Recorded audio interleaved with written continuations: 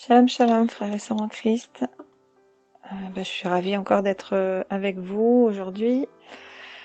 J'espère que cette semaine s'est bien passée pour vous et que le Seigneur a pu se glorifier dans votre vie, par votre vie. Aujourd'hui, alors nous allons parler de tout ce qui nous attend dans notre marche chrétienne. Comme j'aime bien être la plus complète possible quand j'aborde un sujet, celui-ci va se dérouler en plusieurs parties parce qu'il y a beaucoup à dire. Donc voilà, j'ai pas encore tout fait et pour sûr il y aura au moins 2 parties, voire peut-être une troisième, je ne sais pas encore. Voilà, c'est selon la grâce du Seigneur. Et du coup, à chaque fois, avant d'écouter la suite, n'hésitez pas à refaire un petit point sur la session précédente. Ça vous permettra d'être éclairé au mieux et de mieux comprendre encore de quoi on parle. Mais tout d'abord, comme d'habitude, on va prier et remercier le Seigneur. Seigneur Père, merci pour ta grâce infinie envers nous. Tu nous permets à nouveau d'être réunis et d'être encouragés. Ta parole nous fait du bien, Seigneur. Nous prions dans le nom de Jésus que cette parole aujourd'hui nous fortifie puissamment et durablement, qu'elle s'imprègne en nous afin de te faire grandir dans nos vies. Nous te rendons gloire, Père Céleste, pour ta bienveillance et ton amour parfait que tu as manifesté en Jésus-Christ, afin que nous soyons sauvés et que nous demeurions près de toi. C'est dans le nom puissant et merveilleux de Jésus-Christ que j'ai prié. Amen. Voilà, alors, on va rentrer dans le vif du sujet. Alors, donc aujourd'hui, on parle donc de ce qui nous attend dans notre marche chrétienne. Le titre du thème d'aujourd'hui, ça va être les défis spirituels. Alors, les défis spirituels font partie intégrante, justement, de notre marche chrétienne et de notre avancée avec le Seigneur. Alors, certaines personnes pourraient appeler ça des épreuves ou des difficultés, enfin, des montagnes qui se dressent devant nous, peu importe en fait le terme qu'on emploie. Moi, j'aime bien appeler ça des défis parce que c'est ce qui nous met à l'épreuve, oui. Et quand on a un petit peu de motivation, eh bien, on a envie justement de voir ce qu'il y a derrière les épreuves très souvent.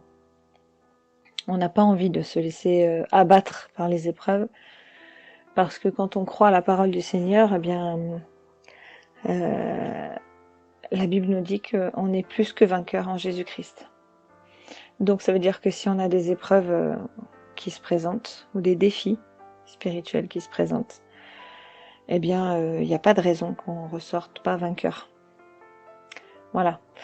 Mais il ne faut pas confondre justement les épreuves que l'ennemi nous envoie et qui ont pour but de nous faire chuter loin de la présence de Dieu, et les défis spirituels que Dieu nous encourage à gagner. Voilà, afin qu'on soit justement plus intime avec lui et qu'on puisse ensuite recevoir les récompenses qui sont rattachées à ces victoires. Alors, lorsque nous choisissons d'accepter d'être enfant du Dieu vivant, et je dis bien choisir parce que oui, c'est bel et bien un choix que nous faisons, et ben en fait on reçoit tout le package qui va avec.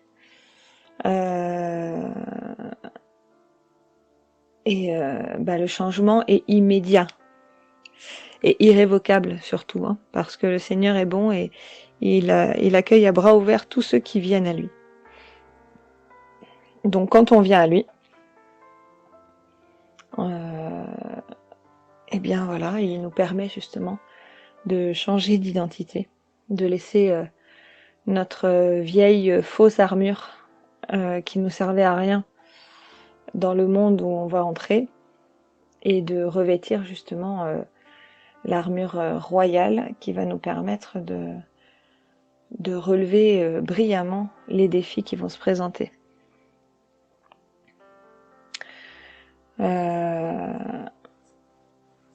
donc pourquoi j'ai dit tout à l'heure choisir d'être enfant de Dieu, parce que pour franchir ce cap, en fait, il faut faire un choix. Il faut décider de se repentir. Il faut décider de changer de vie, d'accepter, en fait. Il faut accepter de changer de vie.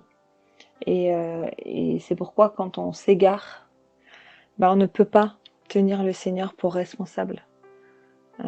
Et c'est ça aussi la justice de Dieu, parce que nous, on voit certaines choses avec nos yeux physiques, notre compréhension humaine, mais le Seigneur ne force jamais personne à venir à lui, en fait. Il attend qu'on lui témoigne de l'intérêt, de l'amour, et puis surtout qu'on reconnaisse qu'on a besoin de lui. Du coup, quand on s'éloigne de lui, c'est aussi de notre propre chef. Voilà, donc on entend beaucoup de gens qui incriminent le Seigneur par rapport à ce qui leur arrive, mais en réalité, tout ce qui nous arrive, que ce soit avant d'entrer en Christ ou après, bien c'est toujours de notre choix, en fait, c'est nous qui l'avons décidé, en fait. Donc on a les conséquences, on a à subir les conséquences et à assumer, on va dire, les conséquences de nos choix et de nos actes. Voilà. Donc oui, le changement est irrévocable, parce que le Seigneur ne revient pas sur ce qu'il dit, il ne reprend pas ce qu'il donne, mais à condition de venir avec un cœur repentant, justement, et reconnaissant. Notre besoin de Dieu dans notre vie, pour notre vie. Alors dès ce moment-là, en fait, on devient ennemi du Dieu de ce monde, qui est le monde des ténèbres, parce que Jésus est la lumière. Et sans le savoir vraiment, en fait, avant d'accepter de servir le Seigneur Jésus, on servait le camp ennemi. Il y en a beaucoup qui disent « Ah non, mais moi je suis pas un serviteur du diable ». Eh bien la Bible nous dit que celui qui ne sert pas le Seigneur, en fait, est forcément l'ennemi de Dieu. Voilà. Si il y a pas plusieurs camps, en fait, on peut pas être au milieu. Si on n'est pas avec Jésus, on est contre lui. Voilà. Et puis ça plaisait bien à l'ennemi, en fait. Le fait qu'on l'avantageait lui sans vraiment le savoir. Mais maintenant, justement, parce qu'on porte la vie que le Seigneur nous a donnée, et puis qu'aucune alliance n'est possible entre la vie et la mort, le but de l'ennemi, c'est de nous faire tomber. 2 Corinthiens 6, verset 14 nous dit « Ne vous mettez pas avec les infidèles sous un joug étranger, car quel rapport y a-t-il entre la justice et l'iniquité? Ou qu'y a-t-il de commun entre la lumière et les ténèbres ?» Alors parce que nous choisissons la justice de Dieu et que nous sommes amis de Dieu désormais, eh bien nous devenons ennemis du diable. Voilà, ça s'inverse. Et parce que nous combattons le péché et que nous sommes pardonnés, nous avons reçu la justice, eh bien nous ne sommes plus condamnables, en fait. Et Satan a horreur de ça. Alors c'est ça qui fait que les chrétiens sont facilement attaquables et touchables. C'est si on ne connaît pas cette vérité-là.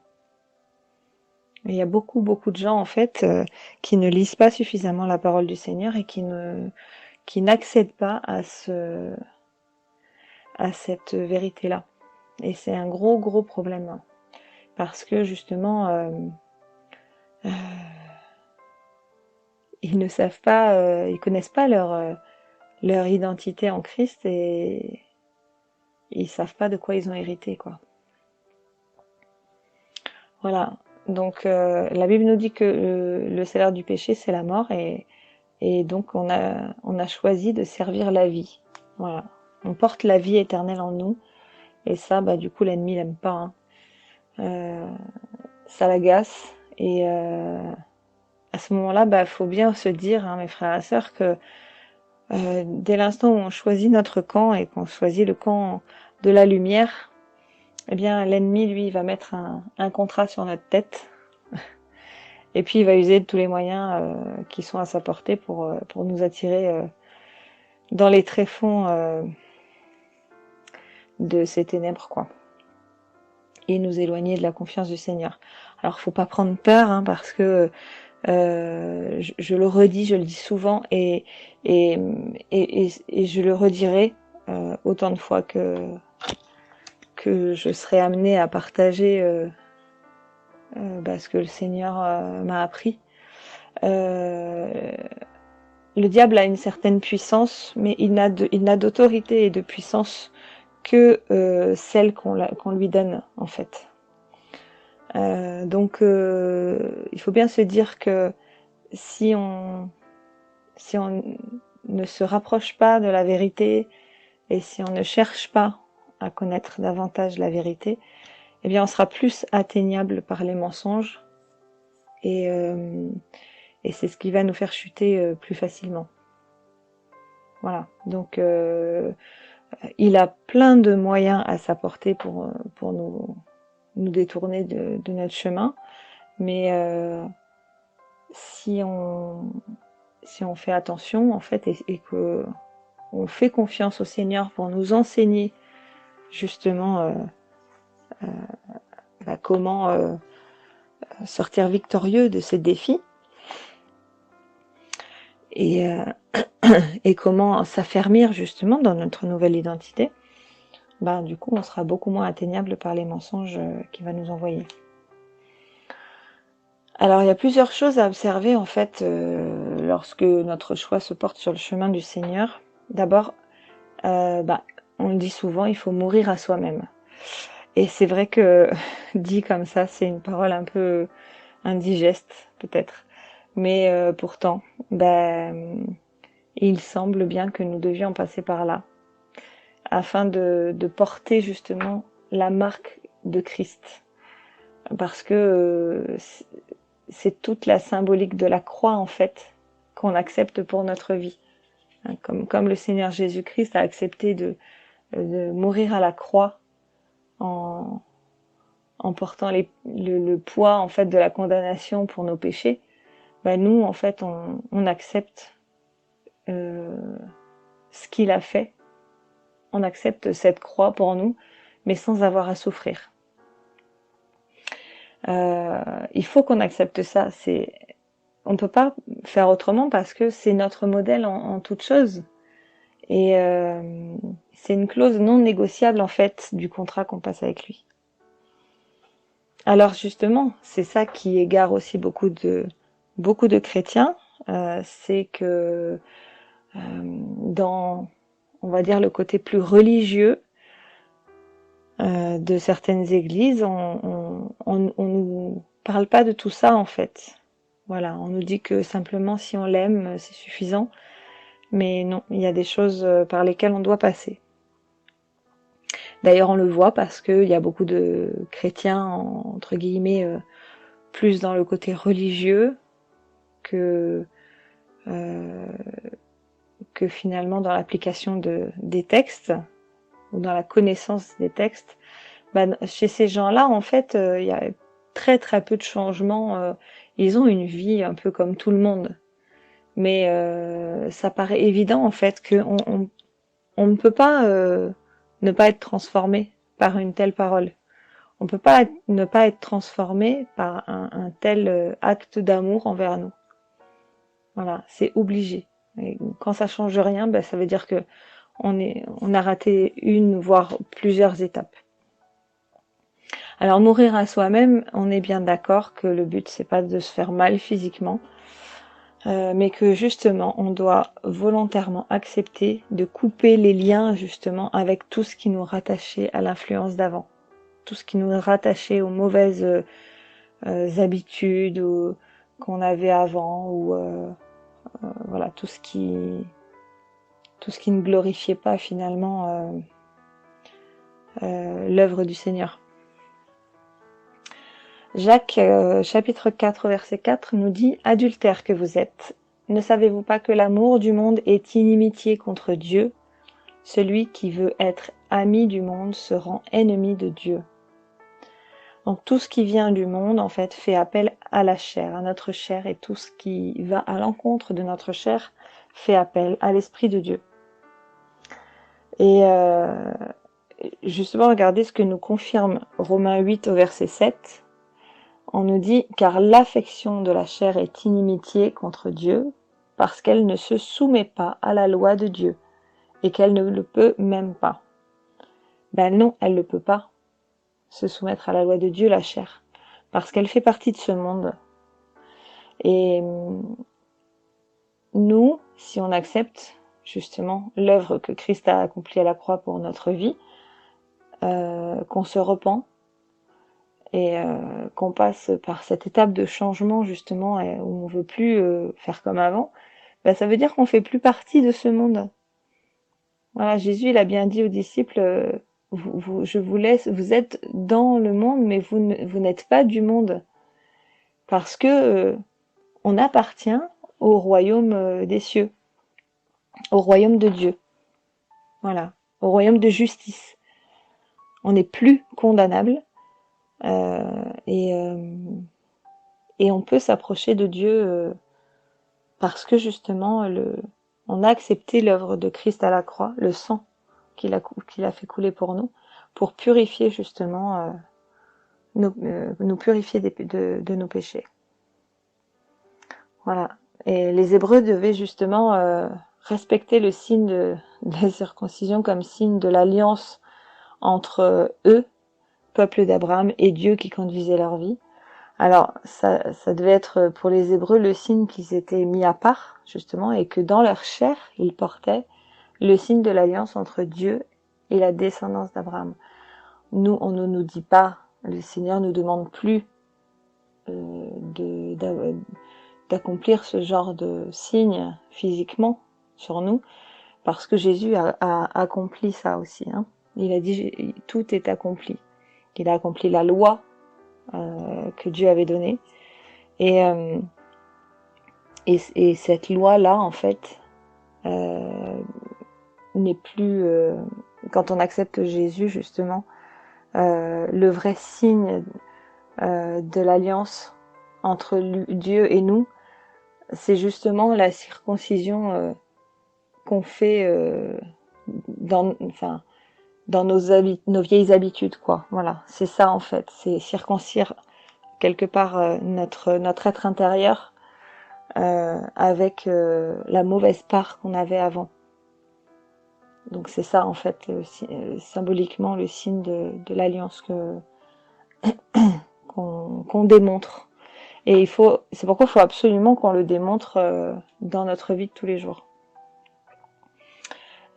Romains 4, au verset 11 nous dit: « Abraham a reçu le signe de la circoncision comme sceau de la justice de la foi qu'il avait eue dans l'incirconcision, pour qu'il soit le père de tous ceux qui croient, quoique l'incirconcision,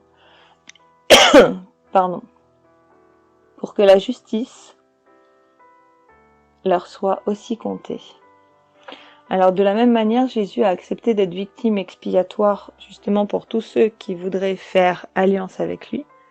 Victime expiatoire, il a remplacé justement les animaux qui étaient sacrifiés dans le temple pour le pardon des péchés. C'est pour ça que Jean l'a appelé l'agneau de Dieu, qui enlève le péché du monde. Et nous, à présent, en fait, si on accepte de faire alliance avec Jésus, eh bien, on accepte aussi d'être circoncis du péché dans notre vie. Voilà. Et plus besoin de porter sur nous, en fait, ce signe de la circoncision.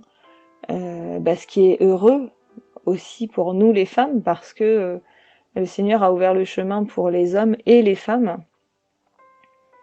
Et le Seigneur nous a permis d'évoluer dans notre condition, justement, afin qu'il n'y ait aucune différence. En fait, les femmes sont maintenant très actives dans le royaume de Dieu, alors que du temps de la loi, eh bien, elles devaient rester discrètes et très peu, en fait, répondaient à un appel vraiment particulier, quoi.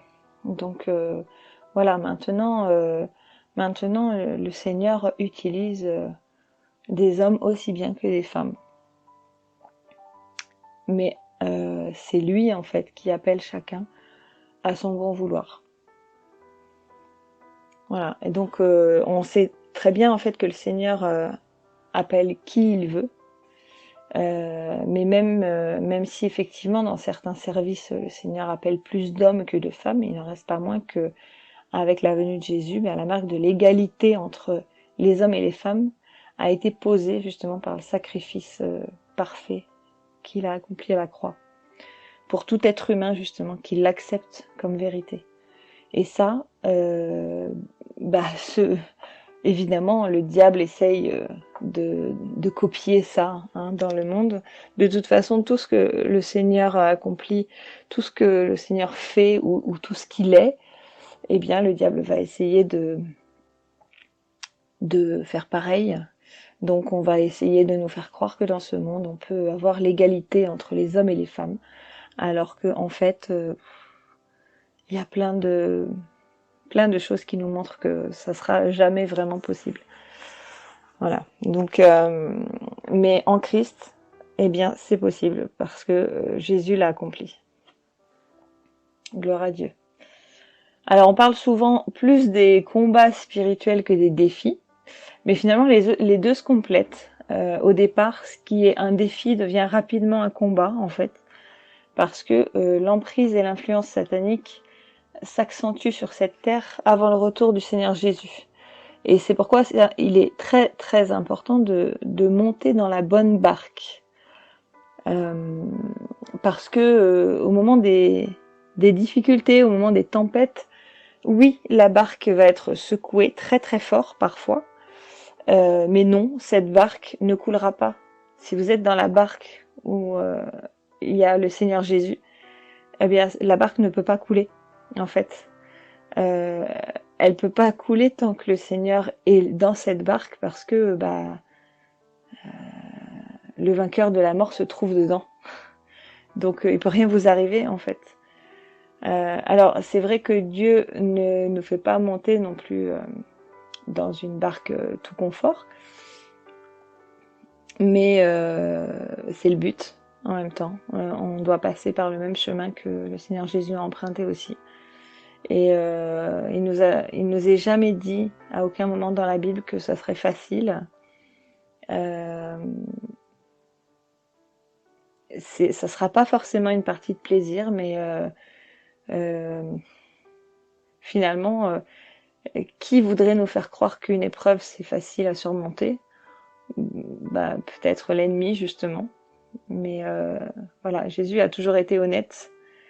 Et il a juste dit que ce serait plus facile à surmonter avec lui que sans lui. Voilà. Donc, en tout cas, c'est sûrement pas celui qui a dû passer par des souffrances atroces pour surmonter les épreuves qu'il a surmontées, et puis pour sauver aussi ceux qu'il aimait, qui va nous dire que ça sera facile.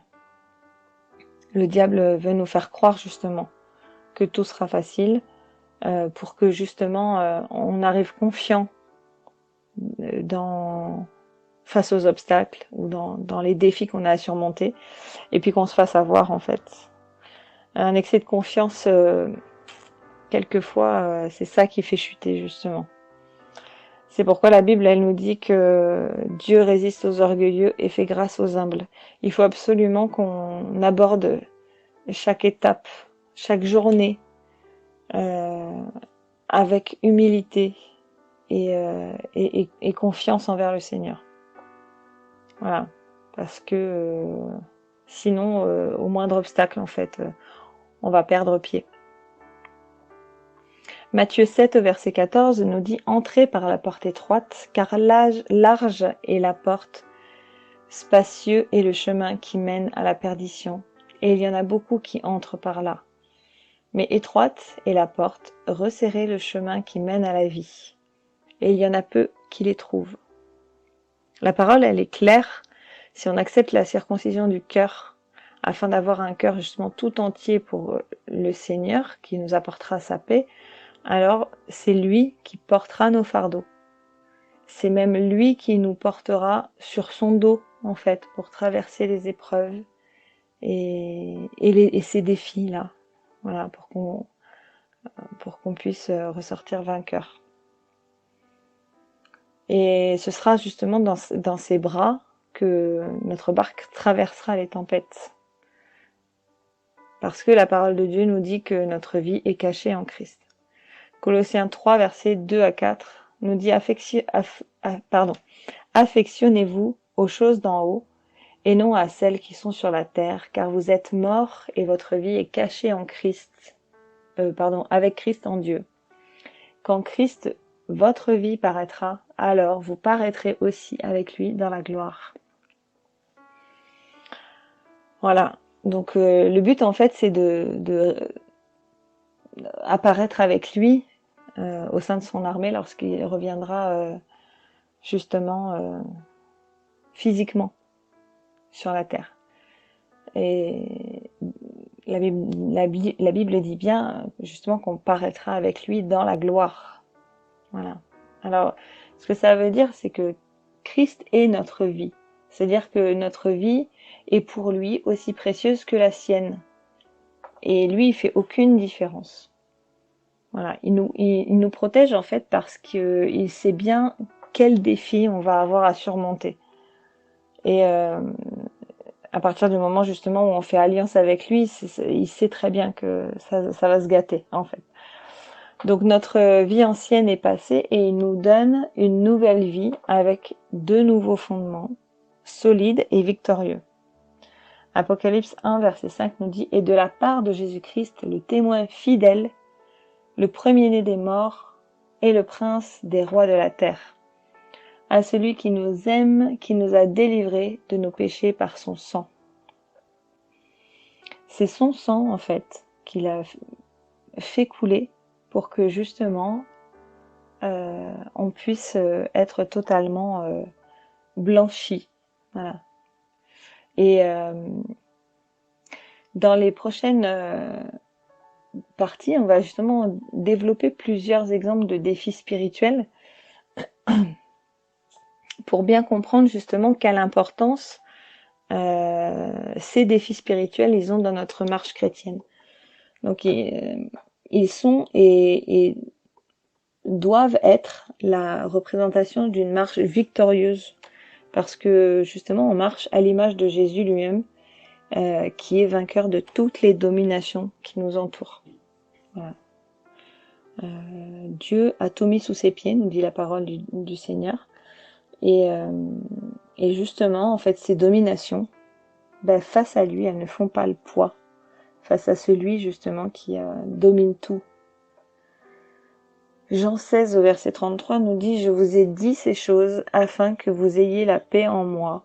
Vous aurez des tribulations dans le monde, mais prenez courage, j'ai vaincu le monde. » Donc si on est avec lui, eh bien on est aussi victorieux que lui, parce que c'est lui qui nous porte, c'est lui qui porte nos fardeaux. Et c'est dans la paix en fait qu'on va pouvoir affronter tout ça. Voilà, eh bien pour aujourd'hui je m'arrête là et je vous dis à la semaine prochaine. Soyez infiniment bénis. Shalom à tous.